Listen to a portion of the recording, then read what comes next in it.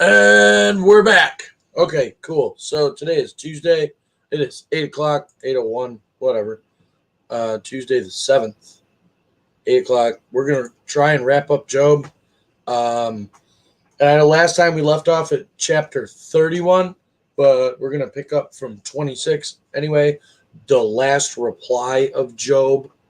And then going into hopefully till 41 and just get it done. But and then after this at 10:30, a come run your mouth, hopefully, depending on how I feel. I mean, really, I'm exhausted.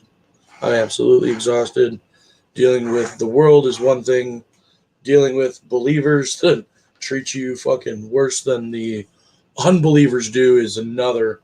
But at the end of the day, nonetheless, here we are, and we're going to get it going. So, Job chapter 26, and thank you, everybody that shows up from YouTube and Facebook and wherever else, wherever you're watching from. Just thank you to the people that actually read. Thank you to the people that actually preach. Thank you to the people that actually put your life on the line for it. Thank you to the people that are doers and not just hearers only. Thank you to the people that take it serious, that really do take it serious. I mean, that's just what it is. That is absolutely just what it is. You got to take it serious, right? You know, Jesus said, if you continue my word, then are you my disciple indeed. You got to be a doer of the word. It just is what it is. You got to be a doer of the word. You know, if you find your life, then you're going to lose it. If you lose your life for his sake, you'll find it. It's a big step. It's a really big step. It's a big world. And as people like to remind me all the time, it's very dangerous. It's a dangerous faith. It really is. But it's the truth, nonetheless. Jesus paid for it all. So here we go. Job chapter 26, verse 1. This is Job's last reply to his so-called friends, the three friends that grilled him. Job is a perfect man, right? I got this one up on the screen right here. I am clean without transgression. I am innocent.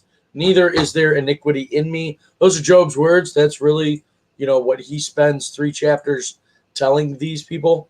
Or not 3 chapters. So he spends the whole book telling his 3 friends, his 3 so-called friends, spend the whole time accusing him, telling him how he's not doing enough, or that he is sinning, and the whole book. That's what it's all about. Them accusing Job, and Job telling them to go pretty much pound sand, that he was perfect and he had no reason to have that all happening to him.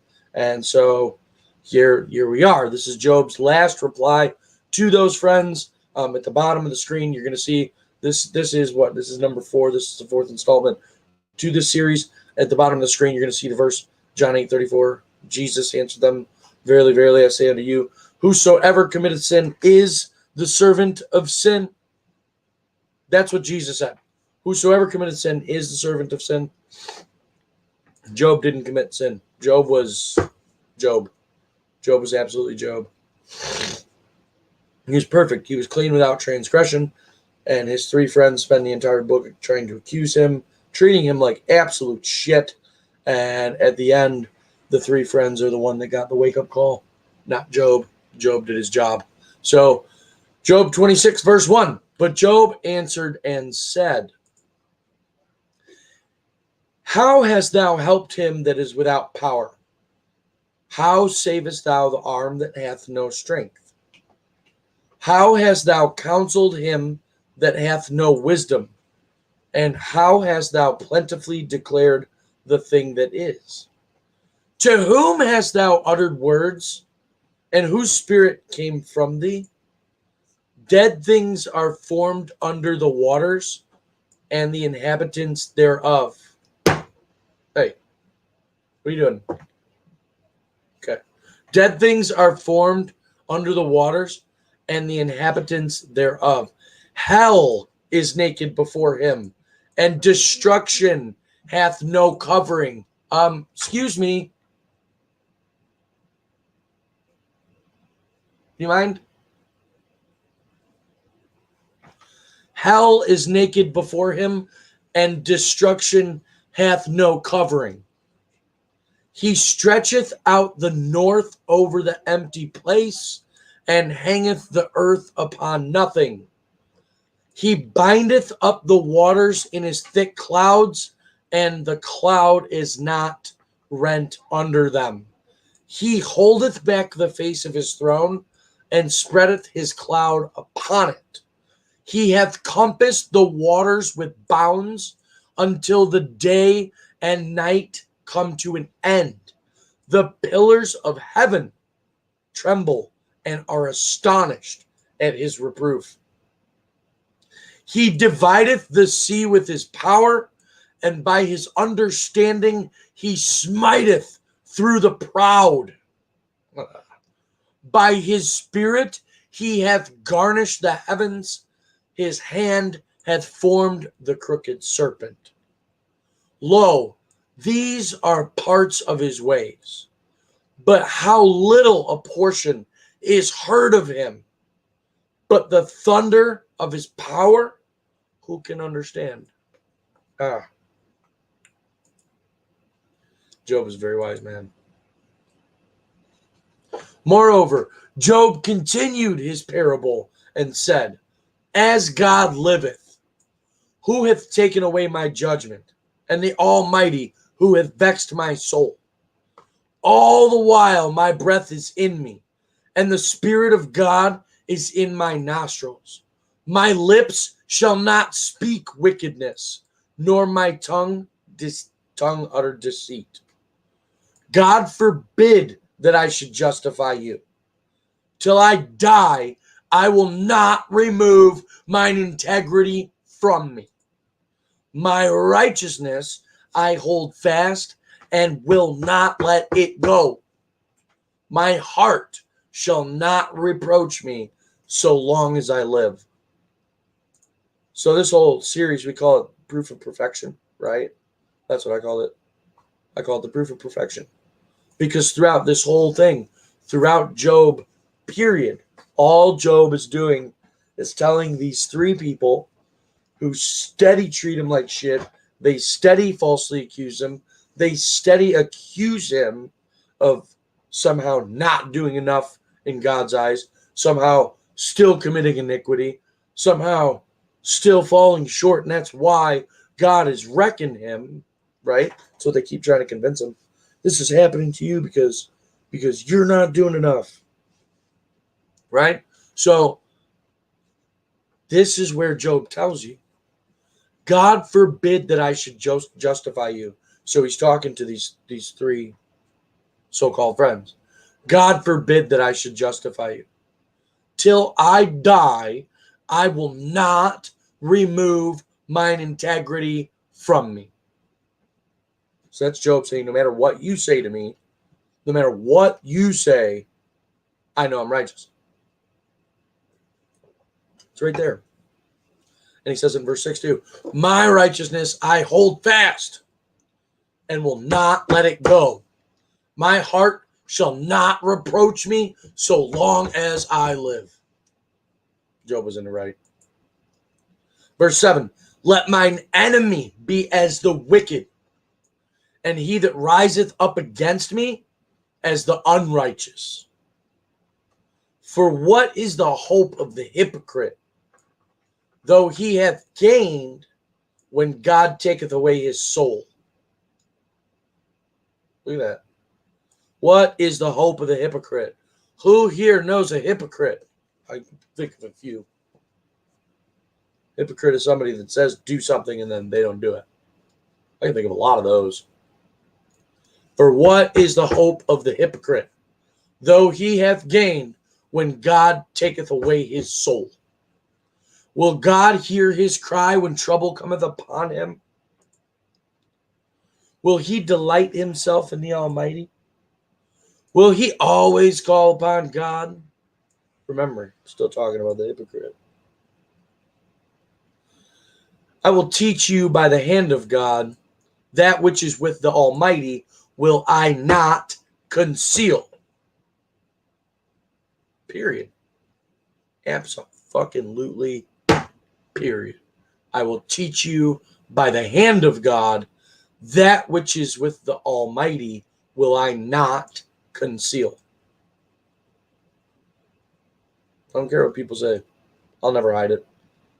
Behold, all ye yourselves have seen it. Why then are you thus altogether vain?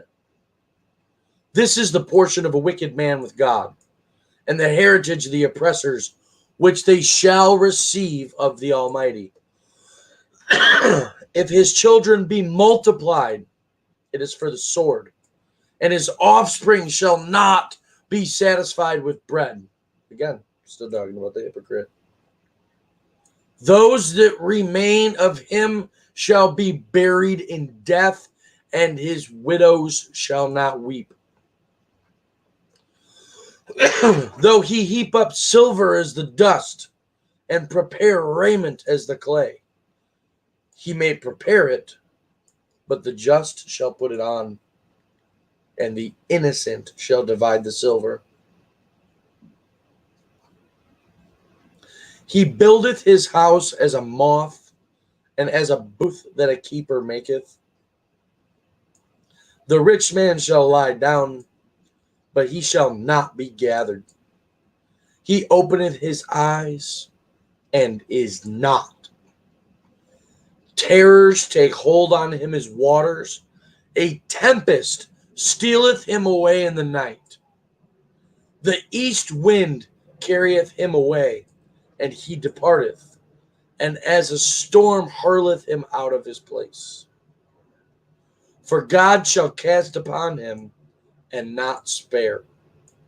He would fain flee out of his hand. Men shall clap their hands at him, and shall hiss him out of his place. Job 28, verse 1. Surely there is a vein for the silver, and a place for gold where they find it. Okay. Surely there is a vein for the silver. Anybody that knows anything about mining whatsoever, you know that when you're mining, that's what they look for. The veins, the little pockets in the world where gold and silver run. Surely there is a vein for the silver, and a place for gold where they find it. Melt it down. Iron is taken out of the earth, and brass is molten out of the stone. He setteth an end to darkness, and searcheth out all perfection. The stones of darkness and the shadow of death. The flood breaketh out from the inhabitant, even the waters forgotten of the foot. They are dried up, they are gone away from men. As for the earth, out of it cometh bread, and under it is turned up as it were fire. Right here.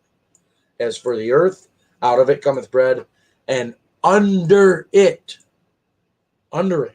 is turned up as it were fire. The stones of it are the place of sapphires, and it hath dust of gold. There is a path which no fowl knoweth, and which the vulture's eye hath not seen. The lion's whelps have not trodden it, nor the fierce lion passed by it. He putteth forth his hand upon the rock. He overturneth the mountains by the roots. He cutteth out rivers among the rocks, and his eye seeth every precious thing. He bindeth the floods from overflowing, and the thing that is hid bringeth he forth to light. But where shall wisdom be found? And where is the place of understanding? Man knoweth not the price thereof, neither is it found in the land of the living. The depth saith, it is not in me, and the sea saith, it is not with me. It cannot be gotten for gold, neither shall silver be weighed for the price thereof. Hang on 1 second here.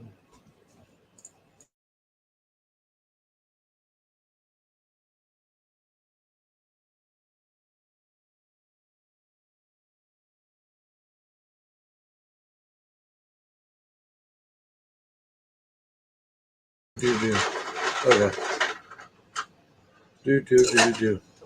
It cannot be gotten for gold, talking about wisdom.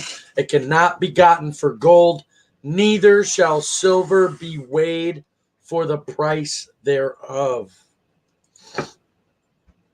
It cannot be valued with gold of Ophir, with the precious onyx or the sapphire. The gold and the crystal cannot equal it. Truth. And the exchange of it shall not be for jewels of fine gold. No mention shall be made of coral or of pearls, for the price of wisdom is above rubies. The topaz of Ethiopia shall not equal it, neither shall it be valued with pure gold. Whence then cometh wisdom? And where is the place of understanding? Seeing it is hid from the eyes of all living, and kept close from the fowls of the air. Destruction and death say, we have heard the fame thereof with our ears. God understandeth the way thereof, and he knoweth the place thereof. For he looketh to the ends of the earth, and seeth under the whole heaven, to make the weight for the winds, and he weigheth the waters by measure. When he made a decree for the rain, and a way for the lightning of the thunder, then did he see it, and declare it. He prepared it, yea, and searched it out. And unto man he said, behold, the fear of the Lord, that is wisdom, and to depart from evil is understanding. Job 29, verse 1. Moreover, Job continued his parable and said,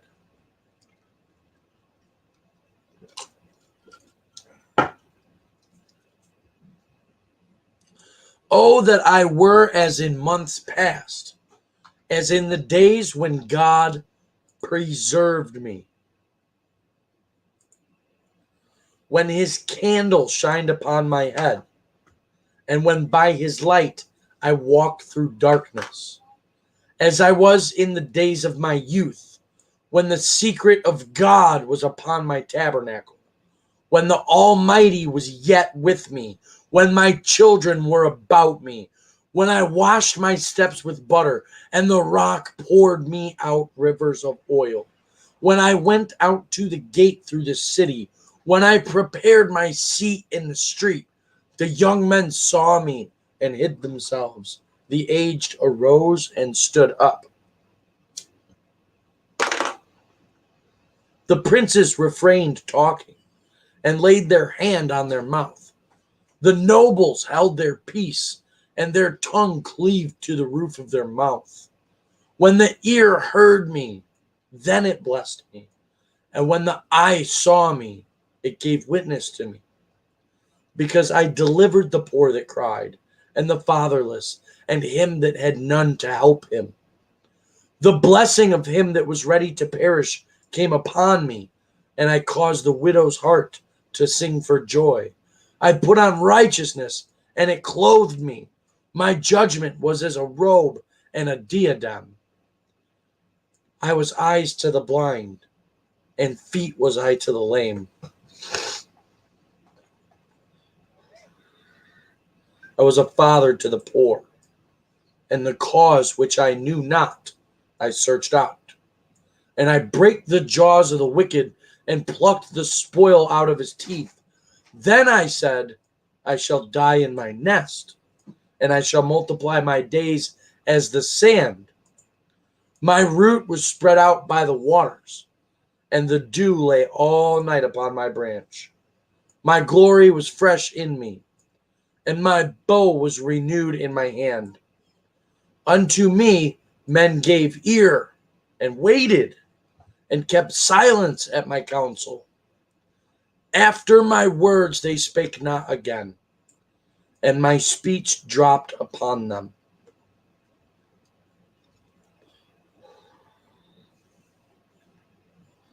and they waited for me as for the rain, and they opened their mouth wide as for the latter rain.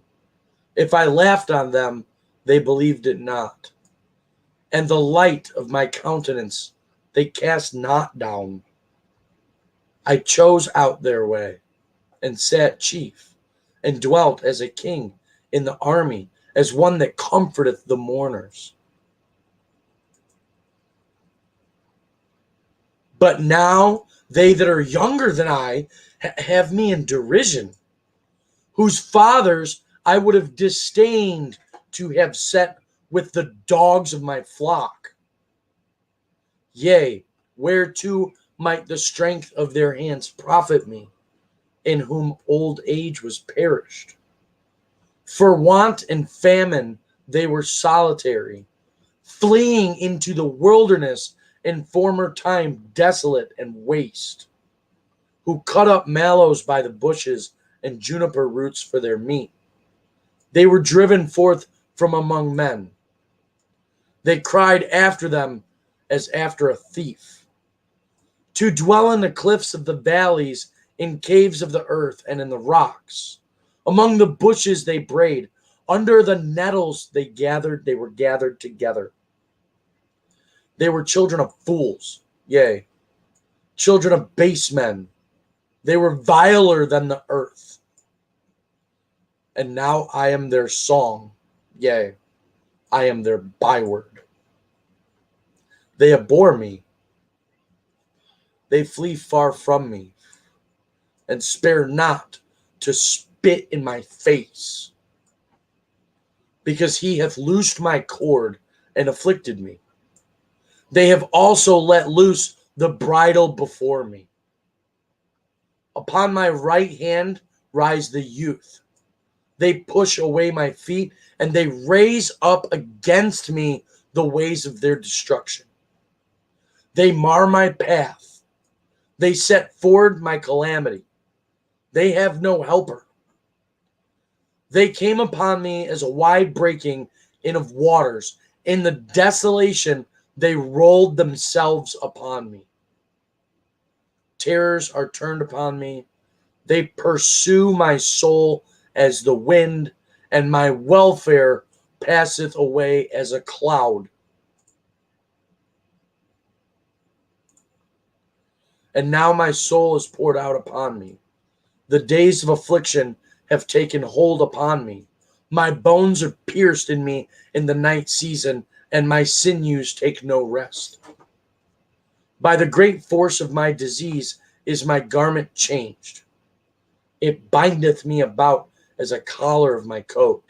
We talked about this last time, how Job was completely covered in boils from head to foot, right? Completely. Like he was just fucked up. So it was so bad that his clothes literally stunk and changed colors because of the sores coming off his body. And Job was a perfect man. And it still happened to him. He hath cast me into the mire, and I am become like dust and ashes. I cry unto thee, and thou dost not hear me. I stand up, and thou regardest me not. Thou art become cruel to me.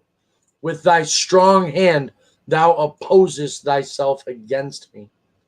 Thou liftest me up to the wind. Thou causest me to ride upon it, and dissolvest my substance. For I know that thou wilt bring me to death, and to the house appointed for all living. Howbeit he will not stretch out his hand to the grave, though they cry in his destruction. Did not I weep for him that was in trouble? Was not my soul grieved for the poor?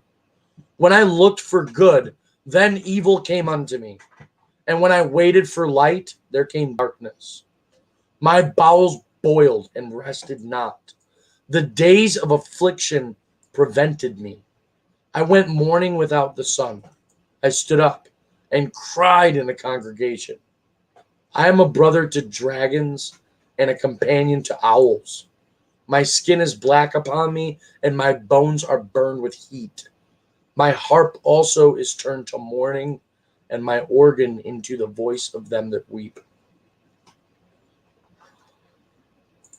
Job 31.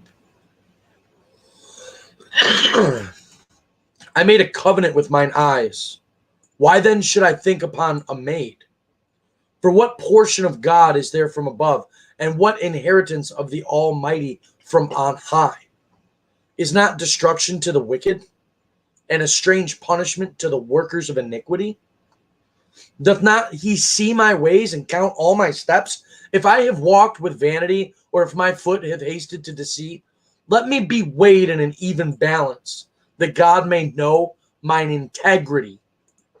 So even while all this is happening to Job, while he's falling apart, while he's covered in boils, while his friends are steady talking shit, while he's sitting there and they're accusing him of being a sinner and of being a this and being a that, and while he's going through this, he steps up to the plate that God may know his integrity. Job refused to admit that he sinned because he didn't. In the beginning, Job 1:1. That's the beauty about Job. It proves everything that I've been preaching for a long time. Right here. There was a man in the land of Uz whose name was Job, and that man was perfect and upright and one that feared God and eschewed evil. Job 1:1. And Job still got wrecked. It didn't matter. God doesn't care who you are. He doesn't care at all. If my step hath turned out of the way, and my heart walked after mine eyes, and if any blot have cleaved to my hands, then let me sow and let another eat. Yea, let my offspring be rooted out. If my heart have been deceived by a woman, or if I have laid wait at my neighbor's door, then let my wife grind unto another, and let others bow down upon her. For this is a heinous crime, yea, it is an iniquity to be punished by the judges. For it is a fire that consumeth to destruction, and would root out all mine increase. If I did despise the cause of my manservant, or of my maidservant, when they contended with me, what then shall I do when God riseth up? And when he visiteth, what shall I answer him? Did not he that made me in the womb make him? And did not one fashion us in the womb? If I have withheld the poor from their desire, or have caused the eyes of the widow to fail, or have eaten my morsel myself alone, and the fatherless hath not eaten thereof, for from my youth he was brought up with me, as with a father, and I have guided her from my mother's womb. If I have seen any perish for want of clothing, or any poor without covering, if his loins have not blessed me, and if he were not warmed with the fleece of my sheep, if I have lifted up my hand against the fatherless, when I saw my help in the gate, then let my arm fall from my shoulder blade, and my arm be broken from the bone. For destruction from God was a terror to me, and by reason of his highness I could not endure. If I have made gold my hope, or have said to the fine gold, thou art my confidence, if I rejoiced because my wealth was great, and because mine hand had gotten much, if I beheld the sun when it shined, or the moon walking in brightness, and my heart hath been secretly enticed, or my mouth hath kissed my hand, this also were an iniquity to be punished by the judge. For I should have denied the God that is above. He's saying that if he did any of those things, then it would be an iniquity to be punished. But he didn't do any of those things. For I should have denied the God that is above. So he's saying if he did any of those, then he should have denied God. But he didn't do any of those. Job was a perfect man. If I rejoiced at the destruction of him that hated me, or lifted up myself when evil found him, neither have I suffered my mouth to sin by wishing a curse to his soul. Neither have I suffered my mouth to sin. So Job is telling you point blank, Job did not sin. Hang on, I'm trying to wait for the bars to catch back up. Neither have I suffered my mouth to sin by wishing a curse to his soul. So in the middle of all this, he's still claiming he's righteous because he was. Verse 31. If the men of my tabernacle said not, oh, that we had of his flesh, we cannot be satisfied. The stranger did not lodge in the street, but I opened my doors to the traveler. If I covered my transgressions as Adam by hiding my iniquity in my bosom, did I fear a great multitude? Or did the contempt of families terrify me that I kept silence and went not out of the door? I love this verse right here. Did I fear a great multitude? Or did the contempt of families terrify me that I kept silence and went not out of the door? He's saying, like, did I hide from people? Did I hide from preaching? He didn't. Oh, that one would hear me. Behold, my desire is that the Almighty would answer me, and that mine adversary had written a book. Surely I would take it upon my shoulder and bind it as a crown to me. I would declare unto him the number of my steps. As a prince would I go near unto him. If my land cry against me, or that the furrows likewise thereof complain, if I have eaten the fruits thereof without money, or have caused the owners thereof to lose their life, let thistles grow instead of wheat, and cockle instead of barley. The words of Job are ended. So going into 32 now, Elihu rebukes whatever. So these three men ceased to answer Job. So the original three that were sitting there talking shit, they stopped answering him, right? They stopped talking to him. They finally stopped accusing him, and it's gonna show you why right here in verse 1. So in verse 1 he says, so these three men ceased to answer Job because he was righteous in his own eyes. He was righteous in his own eyes. That's it. So it's just like everybody else we deal with, just like every other debate I go in, everything, right? When people are like, well, I've got nothing more to say because I'm righteous in my own eyes. I know for a fact Jesus paid for it all. I trust him. Job trusted him too. Job trusted in God. Job trusted in the Redeemer. In fact, one of my favorite verses is in Job. For my Redeemer liveth. For my Redeemer lives. Job said that. He knew. He knew what time it was. Job 32, verse 1. So these three men ceased to answer Job because he was righteous in his own eyes. Then was kindled the wrath of Elihu, the son of Barachel the Buzite, of the kindred of Ram. Against Job was his wrath kindled because he justified himself rather than God, according to Elihu. Also, against his three friends was his wrath kindled, because they had found no answer, and yet had condemned Job. Now Elihu had waited till Job had spoken, because they were elder than he. When Elihu saw that there was no answer in the mouth of these three, in the mouth of these three men, then his wrath was kindled. Ooh, heartburn so bad.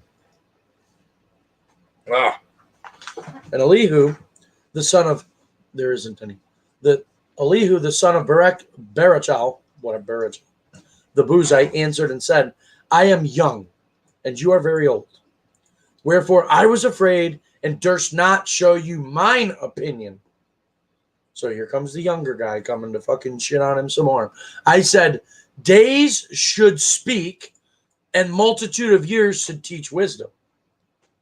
But there is a spirit in man, and the inspiration of the Almighty giveth them understanding. Great men are not always wise, neither do the aged understand judgment. Therefore I said, hearken to me, I will show mine opinion. So now this is the fourth guy that's telling Job, I'm going to tell you why God's doing this to you.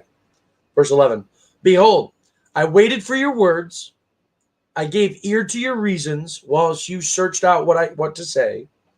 Yea, I attended unto you, and behold, there was none of you that convinced Job or that answered his words. Verse 13, lest you should say, we have found out wisdom.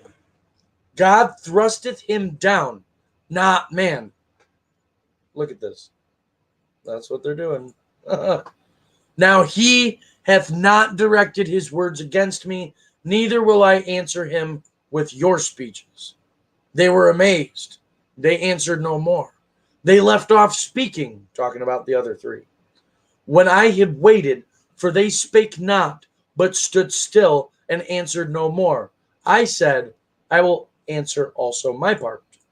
I also will show mine opinion. For I am full of matter. The spirit within me constraineth me. Behold, my belly is as wine which hath no vent. It is ready to burst like new bottles. I will speak that I may be refreshed. I will open my lips and answer. Let me not, I pray you, accept any man's person, neither let me give flattering titles unto man. For I know not to give flattering titles. In so doing, my maker would soon take me away. So at least this guy's smart enough to know that it does. There's no flattering titles. Wherefore, Job, I pray thee, hear my speeches and hearken to all my words. Behold, now I have opened my mouth, my tongue hath spoken in my mouth.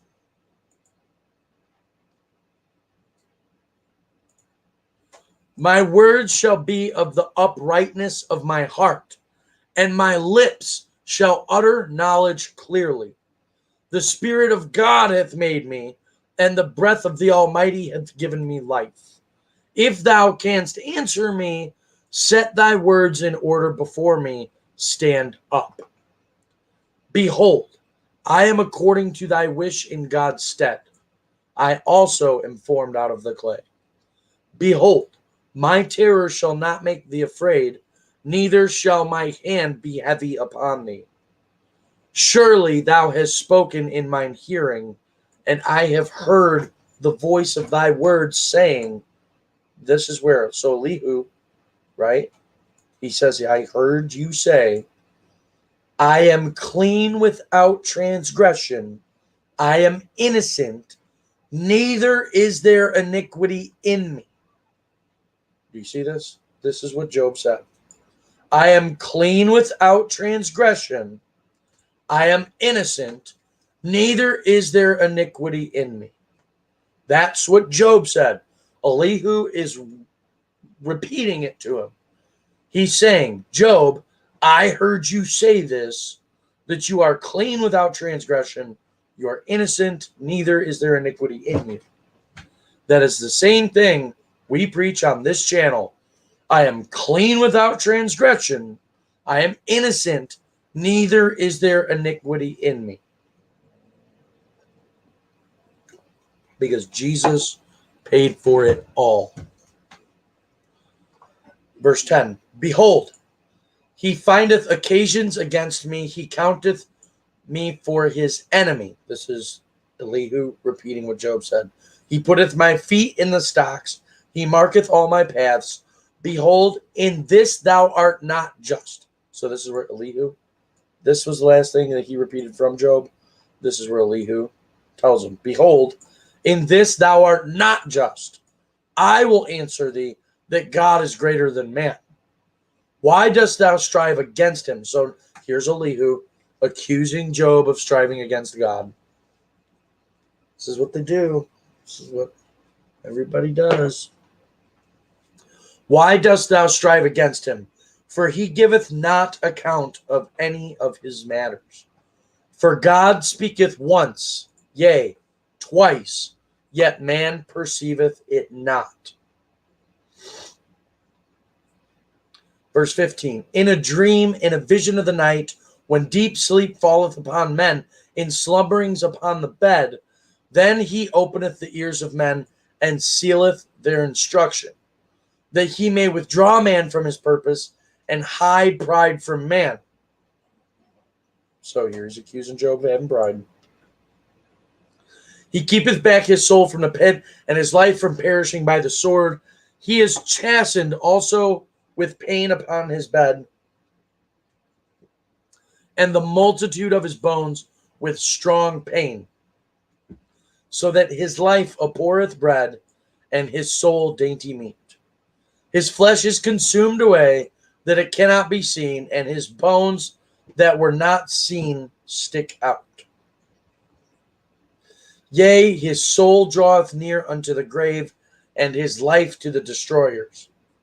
If there be a messenger with him, an interpreter, one among 1,000, to show unto man his uprightness, then he is gracious unto him, and saith, Deliver him from going down to the pit. I have found a ransom. His flesh shall be fresher than a child's. He shall return to the days of his youth. He shall pray unto God, and he will be favorable unto him. And he shall see his face with joy, for he will render unto man his righteousness. He looketh upon men, and if any say, I have not sinned, and perverted that which was right, and it profited me not, he will deliver his soul from going into the pit, and his life shall see the light. He looketh upon men, and if any say, I have not sinned, and perverted that which was right, and profited me not, he will deliver his soul from going into the pit, and his life shall see the light. Lo, all these things worketh God oftentimes with man, to bring back his soul from the pit, to be enlightened with the light of the living. Mark well, O Job, hearken unto me, hold thy peace, and I will speak. If thou hast anything to say, answer me. Speak, for I desire to justify thee. If not, hearken unto me, hold thy peace, and I shall teach thee wisdom. Now you got to remember, all the way up at the beginning of this. Oh, no, it was 32 where he said that. Here, I'll show you. You got to remember, when this all started, they refused, they were done talking to Job because he was righteous in his own eyes, because Job was a righteous man. That's it. Furthermore, Elihu answered and said, Hear my words, O ye wise men, and give ear unto me, you that have knowledge. For the ear trieth words, as the mouth tasteth meat.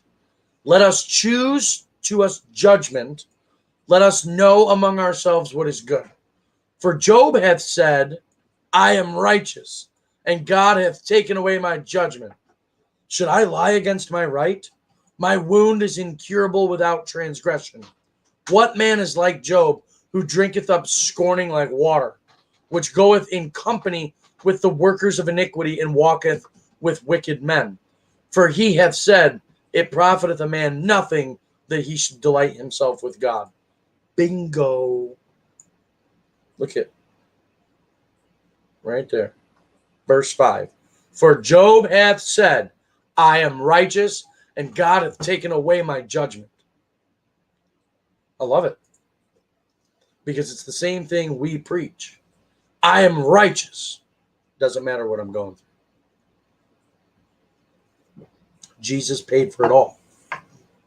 It's what I teach people. It's what I show you, is that Jesus paid for it all. No matter how bad my life gets, no matter how shitty people are, doesn't matter to me. I'm righteous because I know that Jesus paid for it all. Never going to budge, never going to move, never going to be shaken from that foundation, ever, ever, ever. Not anybody's going to make me bend. Not going to happen. They couldn't get Job to. They couldn't get Job to. They tried. They spent 20 some odd, 30 chapters of people accusing Job, trying to tell him that he sinned or that he did something wrong or that he somehow wasn't good enough. And that's why God wrecked him. And Job sat there and said he was righteous. For Job hath said, I am righteous, and God hath taken away my judgment. Should I lie against my right? My wound is incurable without transgression. What man is like Job, who drinketh up scorning like water, which goeth in company with the workers of iniquity, and walketh with wicked men? For he hath said, it profiteth a man nothing that he should delight himself with God. And that is also what we preach. It doesn't profit you anything that you think you're saved. It doesn't profit you anything to go to church. It doesn't profit you anything to lift up your hands in the congregation of the sinners while you're still a sinner. It doesn't profit you anything to think that you could feed all the homeless people in the world. You could feed all the poor people in the world. You could do 10,000 cars a week at a food pantry, and it still doesn't profit you shit if you still sin. It doesn't matter. If you think you sin, that's it. Doesn't matter.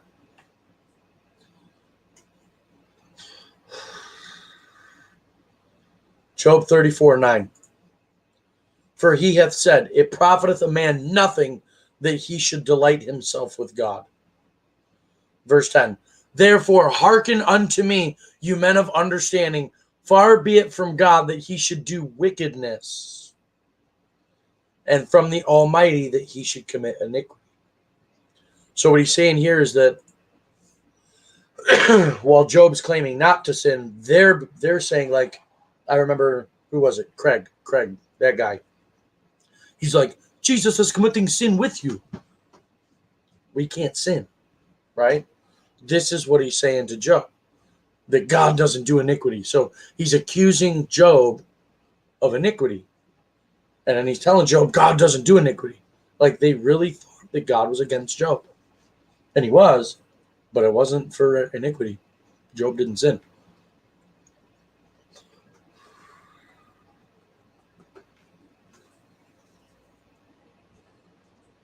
Verse 11. For the work of a man shall he render unto him, and cause every man to find according to his ways. Yea, surely God will not do wickedly, neither will the Almighty pervert judgment. Who hath given him a charge over the earth, or who hath disposed the whole world? If he set his heart upon man, if he gather unto himself his spirit and his breath, all flesh shall perish together, and man shall turn again unto the dust. If now thou hast understanding, hear this. Hearken to the voice of my words. Shall even he that hateth right govern? And wilt thou condemn him that is most just? Is it fit to say to a king, thou art wicked, and to princes, you are ungodly? How much less to him that accepteth not the persons of princes, nor regardeth the rich more than the poor? For they are all the work of his hands. In a moment they shall die, or in a moment shall they die, and the people shall be troubled at midnight and pass away. And the mighty shall be taken away without hand. For his eyes are upon the ways of man, and he seeth all his goings. There is no darkness, nor shadow of death, where the workers of iniquity may hide themselves. For he will not lay upon man more than right, that he should enter into judgment with God. So here he goes again, trying to accuse Job of sin. He's saying that he will not lay upon man more than right. So he's saying that what is happening to Job is right, because Job must have committed iniquity. Wrong. He shall break in pieces mighty men without number, and set others in their stead. Verse 25. Therefore he knoweth their works, and he overturneth them. What is that? He knoweth their works, and he overturneth them in the night, so that they are destroyed. He striketh them as wicked men in the open sight of others, because they turned back from him and would not consider any of his ways. So he's trying to accuse Job of turning back from God and would not consider any of his ways. So that they cause the cry of the poor to come unto him, and he heareth the cry of the afflicted. When he giveth quietness, who can make trouble? And when he hideth his face, who then can behold him, whether it be done against a nation or against a man only? That the hypocrite reign not, lest the people be ensnared. Surely it is meet to be said unto God, I have borne chastisement, I will not offend anymore. See, here it is. He's telling Job, surely it'd be a good thing for you to say to God that you've accepted your punishment and you will not offend anymore. But Job didn't sin. 32. That which I see not, teach thou me. If I have done iniquity, I will do no more. Should it be according to thy mind, he will recompense it. Whether thou refuse or whether thou choose, and not I, therefore speak what thou knowest. Let men of understanding tell me, and let a wise man hearken unto me. Job hath spoken without knowledge. Look at this fucking arrogant prick says to Job. Job hath spoken without knowledge, and his words are without wisdom. Another guy claiming to believe in God, talking shit to Job. That's what they did. Verse 36. My desire is that Job may be tried unto the end because of his answers for wicked men. For he addeth rebellion unto his what? Look at him accusing Job. He addeth rebellion unto his sin. He clappeth his hands among us and multiplieth his words against God. Why? Because Job retained his integrity. So I have what he just said right here. What this Elihu guy said to Job is what every jagoff in every debate has said to me. Same thing. It's no different. It's no different. No, J-Man's not. I promise you, J-Man's not listening. It's just... He's more warped than 90% of the people I've met.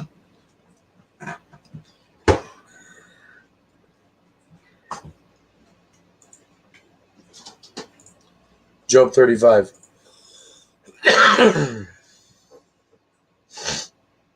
Elihu spake moreover and said, thinkest thou this to be right, that thou sayest, my righteousness is more than God's? So what is he accusing Job of saying right here? My righteousness is more than God's? No, Job just said his righteousness is as God's. That's the same thing we say. The same thing a real believer says. My righteousness is as God's.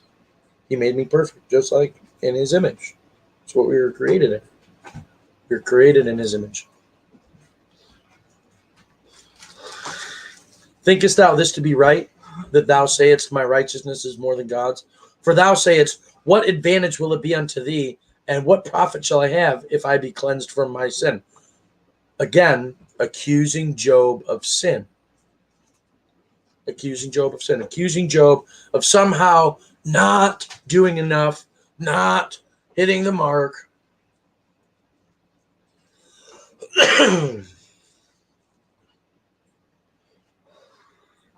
Just accusing Job. Verse 4. I will answer thee and thy companions with thee. Look unto the heavens and see, and behold the clouds which are higher than thou. If thou sinnest, what doest thou against him? Or if thy transgressions be multiplied, what doest thou unto him?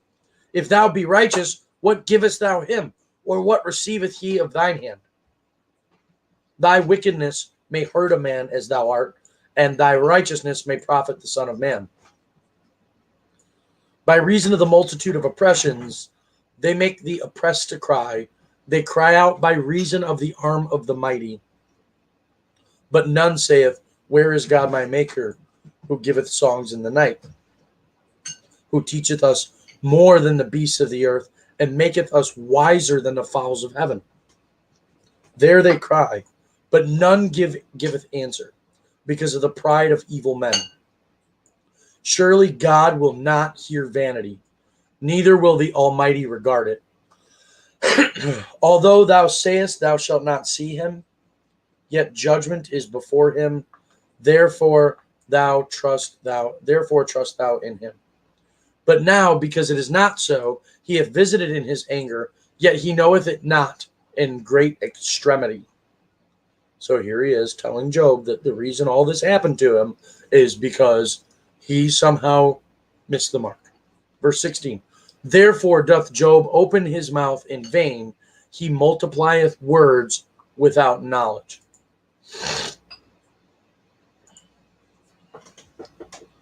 Elihu also proceeded and said, Suffer me a little, and I will show thee what I have yet to speak on God's behalf. Oh, these people. Verse 3, I will fetch my knowledge from afar, and will ascribe righteousness to my Maker.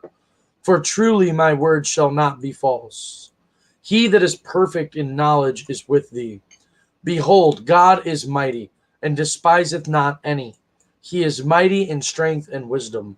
He preserveth not the life of the wicked, but giveth right to the poor.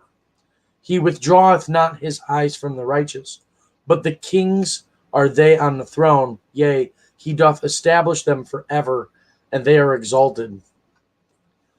And if they be bound in fetters, and be holden in cords of affliction, then he showeth them their work, and their transgressions that they have exceeded. Okay, so this is what this guy's saying. This guy's saying that if shit in your life is going bad, then it's because you did something wrong. That's a lie.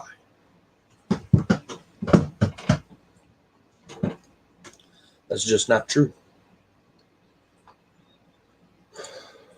Verse 10. He openeth also their ear to discipline, and commandeth that they return from iniquity. Again, accusing Job of iniquity. If they obey and serve him, they shall spend their days in prosperity, and their years in pleasures. But if they obey not, they shall perish by the sword, and they shall die without knowledge. That is very true. But the hypocrites in heart heap up wrath. They cry not when he bindeth them. So now he's calling Job a hypocrite. It's funny because the hypocrites don't even really grasp fully what a hypocrite really is. A hypocrite is somebody that tells you got to do something, and then they don't do it themselves. James 2:10, for whosoever shall keep the whole law and yet offend in one point is guilty of all, ends the hypocrites every time. Every time. Because everybody that's like, oh, you can't murder, you can't do this, you can't do that. They break 1-2, right? They do something and they call it sin. That makes them a hypocrite. That makes them just as guilty as the murderer. Just as guilty. They die in youth, and their life is among the unclean. He delivereth the poor in his affliction, and openeth their ears in oppression. Even so would he have removed thee out of the strait into a broad place, where there is no straightness, and that which should be set on thy table should be full of fatness.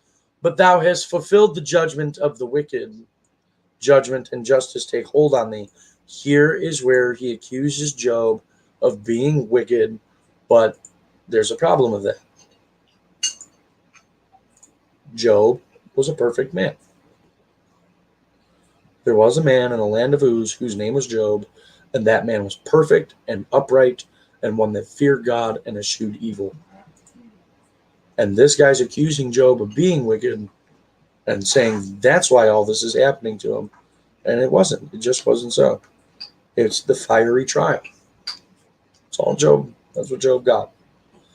Because there is wrath, beware lest he take thee away with his stroke, then a great ransom cannot deliver thee. Will he esteem thy riches? No, not gold, nor all the forces of strength. Desire not the night when people cut off in their place. Take heed, regard not iniquity. There he goes, accusing Job of regarding iniquity. Regard not iniquity, for this hast thou chosen rather than affliction. Behold, God exalteth his power. Who teacheth like him? Who hath enjoined him his way, or who can say, thou hast wrought iniquity? Remember that thou magnify his work, which men behold. Every man may see it. Man may behold it afar off. Behold, God is great, and we know him not, neither can the number of his years be searched out. For he maketh small the drops of water, they pour down rain from according to the vapor thereof, which the clouds do drop and distill upon man abundantly. Also can any understand the spreadings of the clouds, or the noise of his tabernacle? Behold, he spreadeth his light upon it, and covereth the bottom of the sea. For by them judgeth he the people, he giveth meat in abundance. With clouds he covereth the light, and commandeth it not to shine by the cloud that cometh betwixt. So the clouds between the sun and you. The noise thereof showing concerning it, the cattle also concerning the vapor.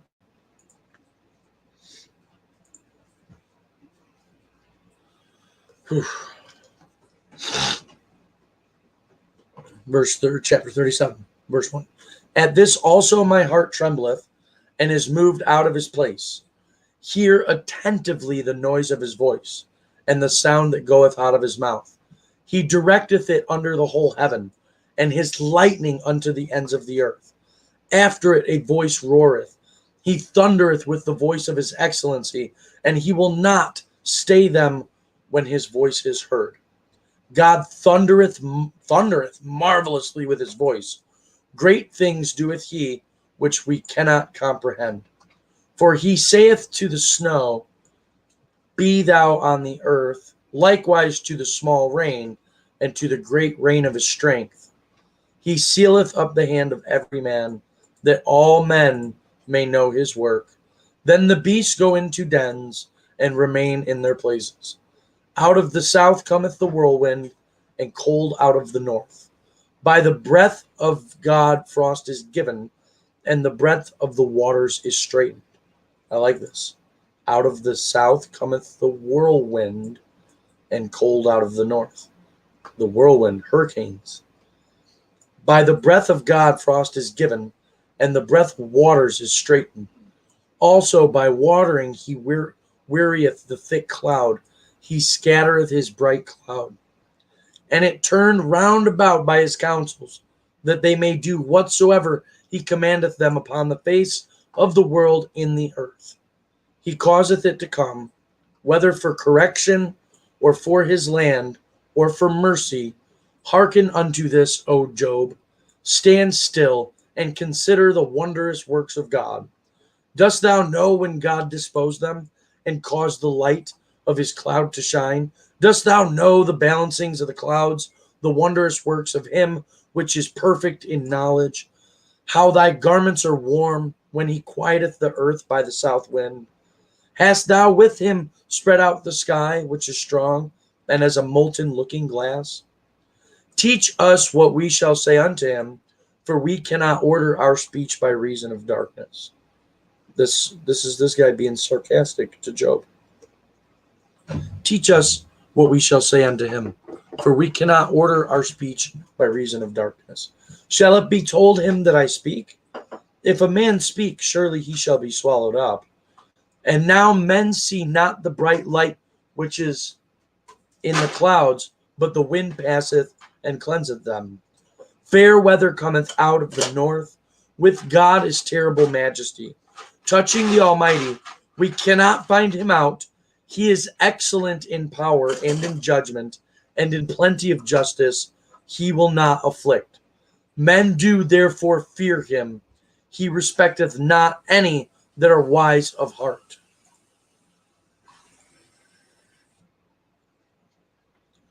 Then the Lord answered Job out of the whirlwind and said, Hang on, water.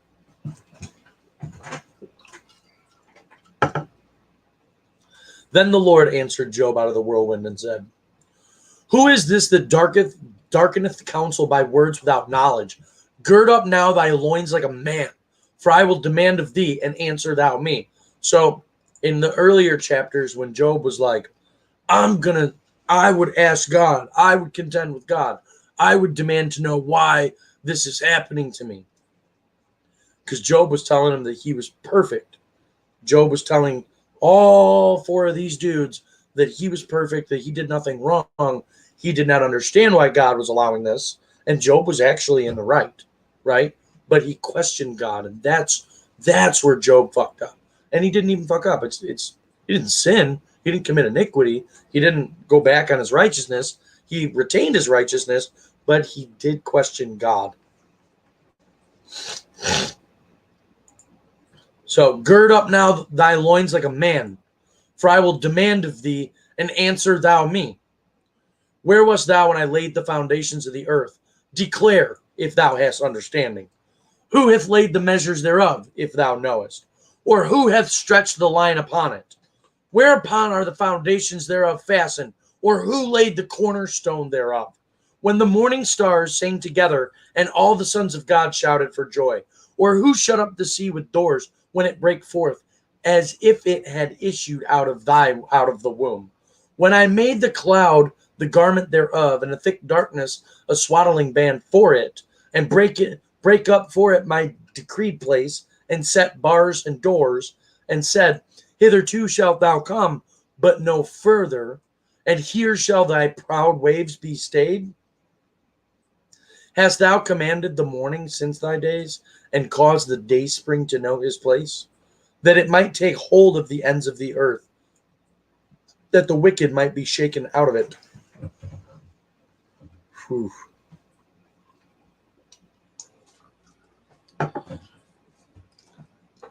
It is turned as clay to the seal, and they stand as a garment. And from the wicked their light is withholden, and the high arm shall be broken. Hast thou entered into the springs of the sea, or hast thou walked in the search of the depth? Have the gates of death been opened unto thee, or hast thou seen the doors of the shadow of death? Hast thou perceived the breadth of the earth? Declare if thou knowest it all. Where is the way where light dwelleth? And as for darkness, where is the place thereof?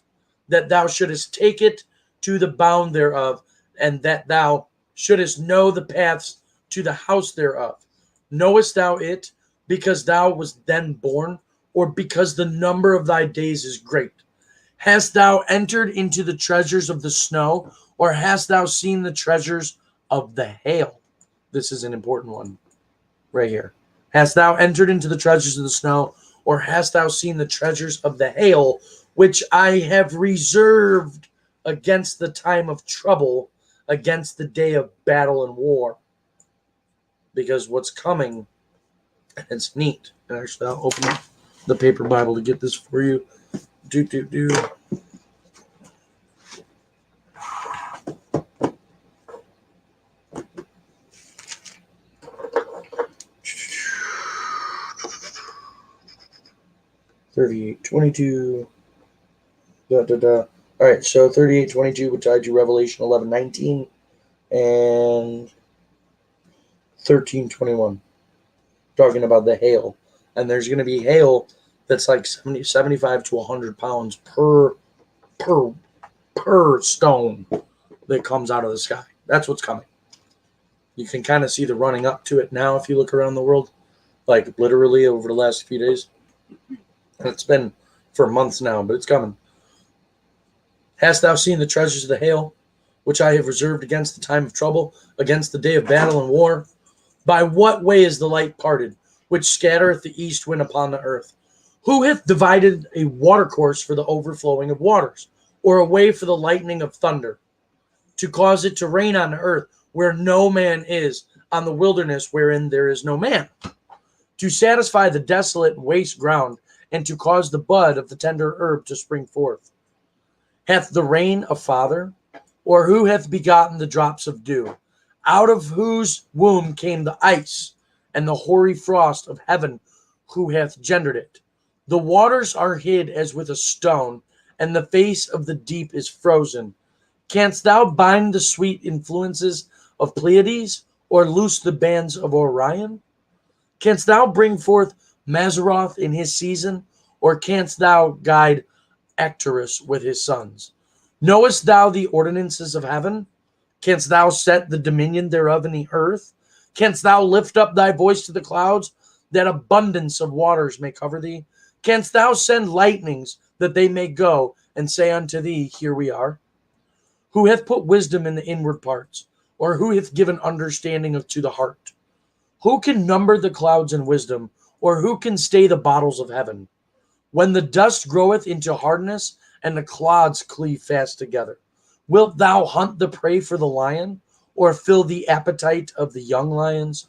When they couch in their dens, and abide in the covert to lie in wait. Who provideth for the raven his food? When his young ones cry unto God, they wander for lack of meat. Knowest thou the time when the wild goats of the rock bring forth? Or canst thou mark when thy hinds do calve? Canst thou number the months that they fulfill? Or knowest thou the time when they bring forth?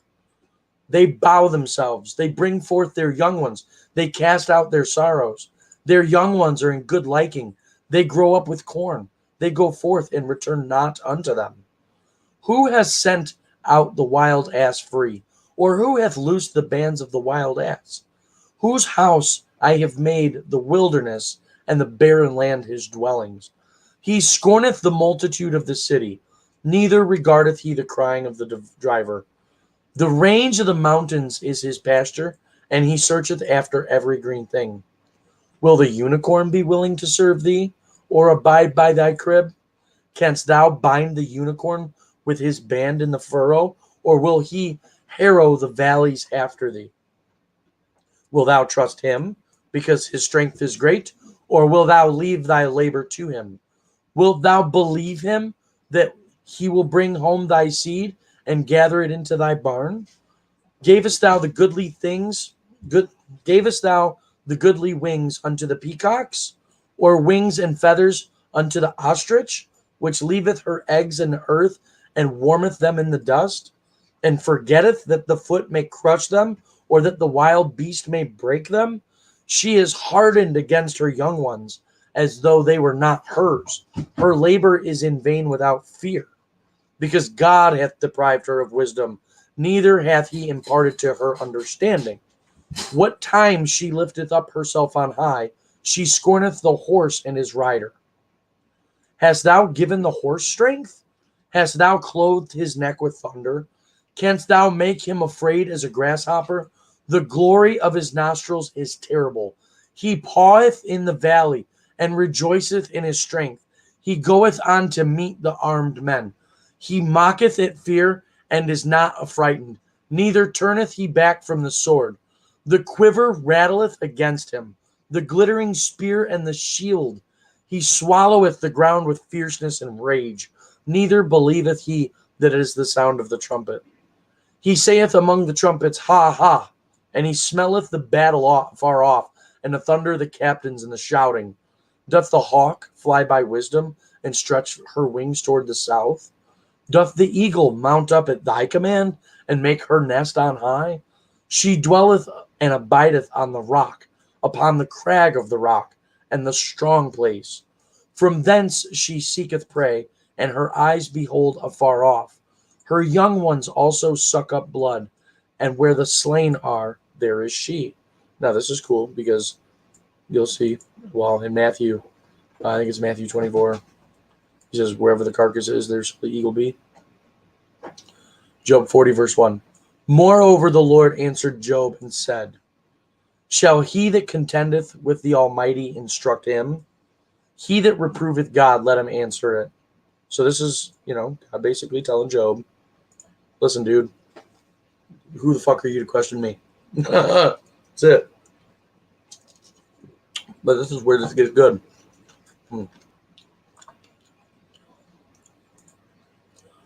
Moreover, the Lord answered Job and said, Shall he that contendeth with the Almighty instruct him? He that reproveth God, let him answer it. Then Job answered the Lord and said, Behold, I am vile. What shall I answer thee? I will lay my hand upon my mouth. Once I have spoken, but I will not answer. Yea, twice, but I will proceed no further. Then answered the Lord unto Job out of the whirlwind and said, Gird up thy loins now like a man. I will demand of thee, and declare thou unto me.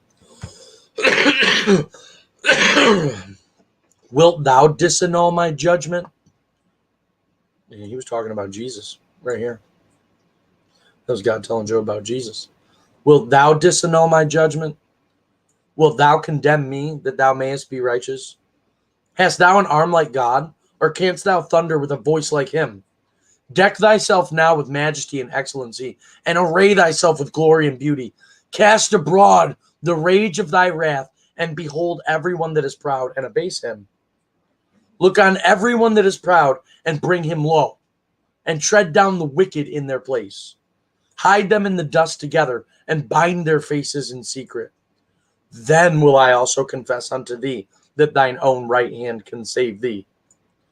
Behold now Behemoth, which I made with thee. He eateth grass as an ox. This is Behemoth. He eateth grass as an ox. Lo, now his strength is in his loins, and his force is in his navel of his belly. He moveth his tail like a cedar. The sinews of his stones are wrapped together. His bones are as strong pieces of brass. His bones are like bars of iron. He is the chief of the ways of God. He that made him can make his sword to approach unto him. Surely the mountains bring him forth food, where all the beasts of the field play. He lieth under the shady trees in the covert of the reed and fens. The shady trees cover him with their shadow. The willows of the brook compass him about. Behold, he drinketh up a river, and hasteth not. He trusteth that he can draw up Jordan into his mouth. He taketh it with his eyes. His nose pierceth through snares.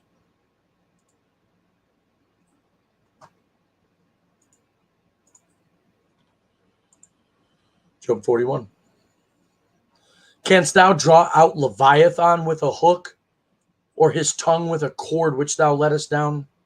Canst thou put a hook into his nose, or bore his jaw through with a thorn? Will he make many supplications unto thee? Will he speak soft words unto thee? Will he make a covenant with thee? Wilt thou take him for a servant forever? Wilt thou play with him as with a bird, or wilt thou bind him for thy maidens? Shall the companions make a banquet of him? Shall they part him among the merchants? Canst thou fill his skin with barbed irons, or his head with fish spears? Lay thine hand upon him. Remember the battle. Do no more. Behold, the hope of him is in vain. Shall not one be cast down even at the sight of him? None is so fierce that dare stir him up. Who then is able to stand before me? Who hath prevented me that I should repay him? Whatsoever is under the whole heaven is mine. I will not conceal his parts, nor his power, nor his comely proportion. Who can discover the face of his garment? Or who can come to him with his double bridle? Who can open the doors of his face? His teeth are terrible round about. His scales are his pride, shut up together as with a close seal. One is so near to another that no air can come between them. They are joined one to another. They stick together, that they cannot be sundered. By his neesings a light doth shine, and his eyes are like the eyelids of the morning. Out of his mouth go burning lamps, and sparks of fire leap out. Out of his nostrils goeth smoke, as out of a seething pot or cauldron.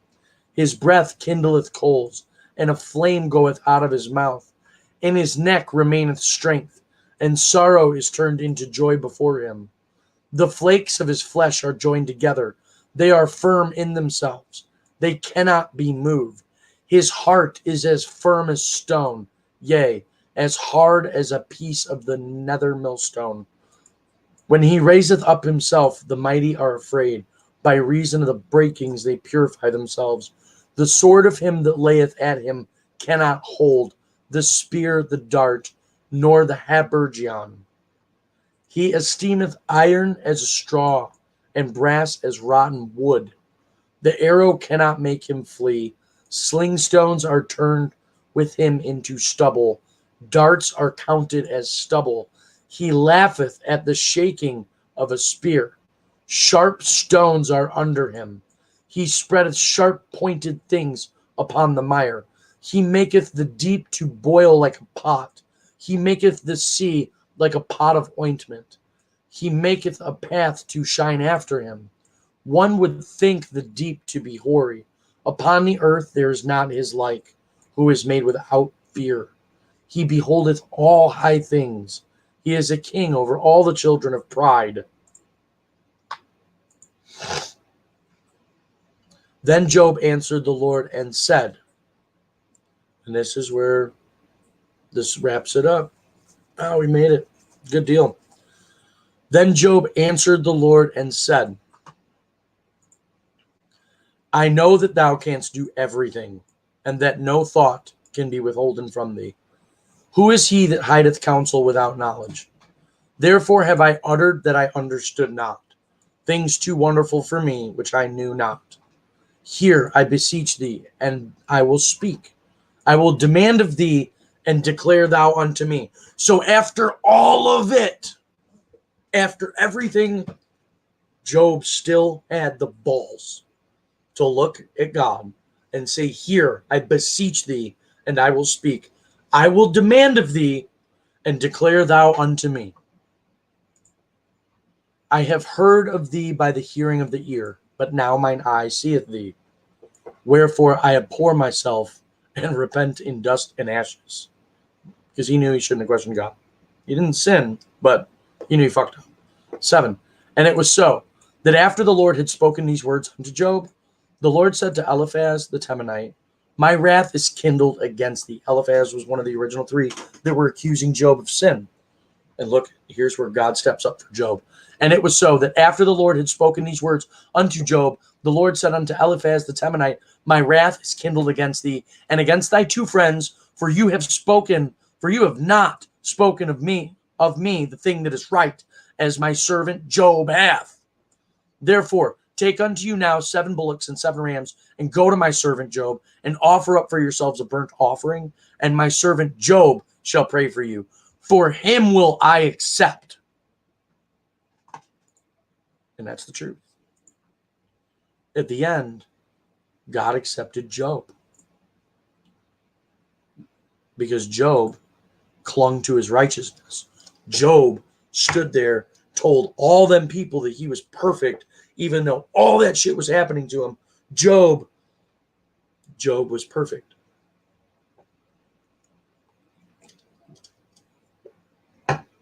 And those 4 dudes ragged him for 30-some chapters, trying to accuse him of not being perfect. And Job stood his ground. For him will I accept, lest I deal with you after your folly, and that you have not spoken of me the thing which is right, like my servant Job.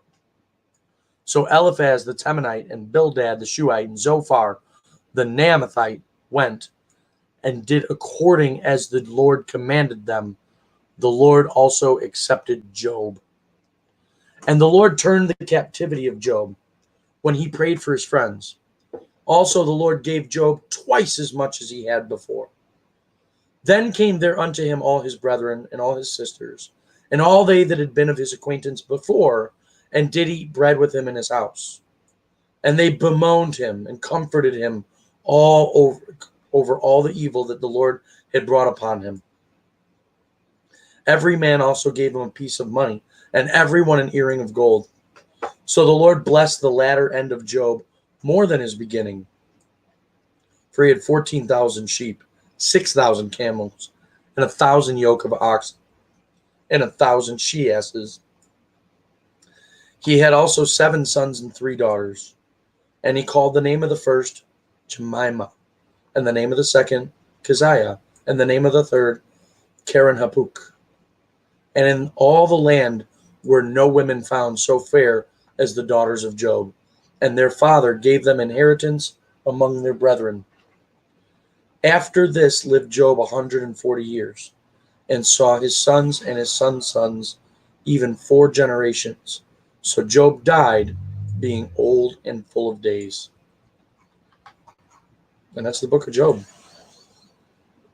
It's in the section, it's in the playlist called The Proof of Perfection, because Job was a perfect man.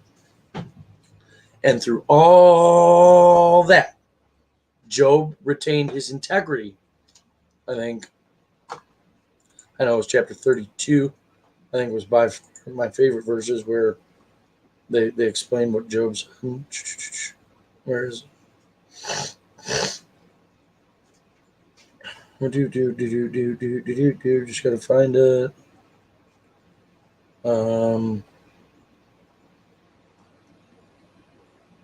Where'd it go?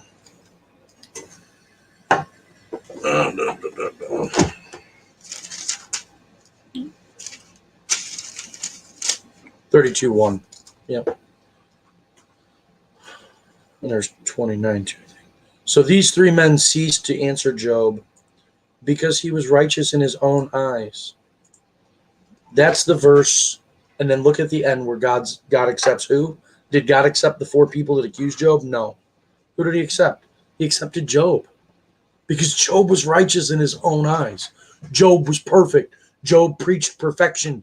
Job was a preacher of righteousness, the real kind, where it doesn't matter because Jesus reconciled all things. And he knew 27, that was the chapter I was thinking of. 27, 6 and 7. I really don't care. They don't, it is what it is. Right here. Till I die, I will not remove mine integrity from me. Those are Job's words. Job was righteous in his own eyes. Job said, till he dies, he will not remove his integrity from him. My righteousness I hold fast and will not let it go. My heart shall not reproach me so long as I live. And I stand here, sit here, whatever, saying the same thing. So long as I live, till I die, I will not remove mine integrity from me.